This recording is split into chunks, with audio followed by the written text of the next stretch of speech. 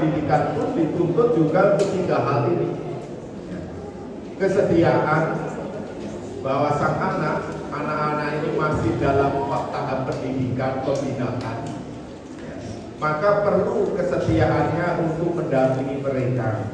Seperti Yesus juga mendampingi para muridnya dengan penuh kesetiaan, dengan penuh kesabaran.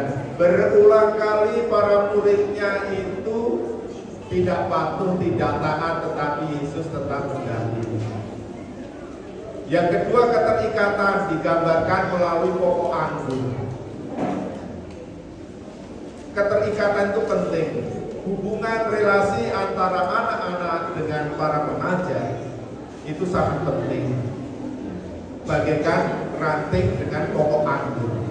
Anak-anak akan berbuah atau tidak bergantung dari pokok anggurnya, yaitu tempat pendidikan.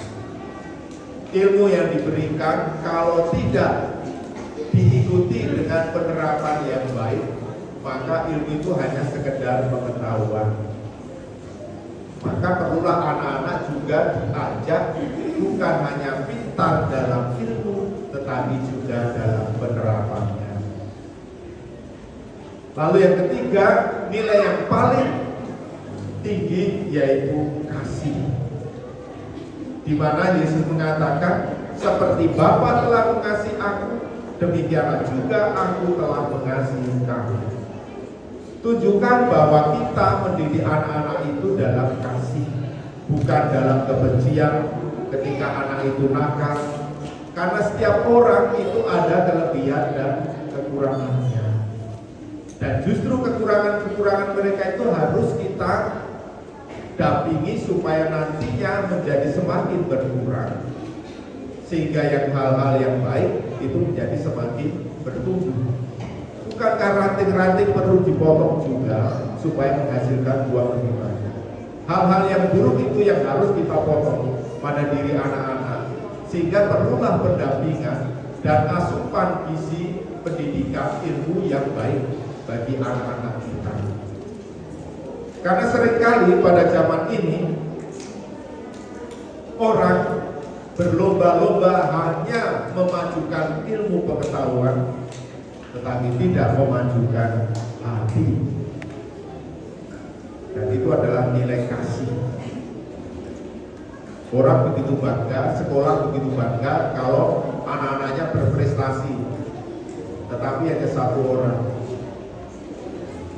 Lebih baik tidak berprestasi 1-2 orang anak, tetapi semuanya itu memiliki kemajuan yang sama. Jangan ada perbedaan yang terlalu jauh. Kebanggaan hanya 1 orang, tetapi anak-anak yang lainnya menjadi korban.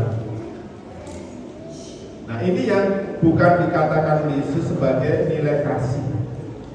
Kasih kepada sesama tidak dilihat dia anaknya siapa, dia jabatan dari orang tuanya apa, apakah dia mampu atau tidak, tetapi Yesus selalu memberikan perhatian justru pada orang-orang kecil, bukan orang-orang yang besar saja, tetapi juga orang-orang kecil. Maka kita harus berlaku bijaksana. Seperti digambarkan juga ada seorang istri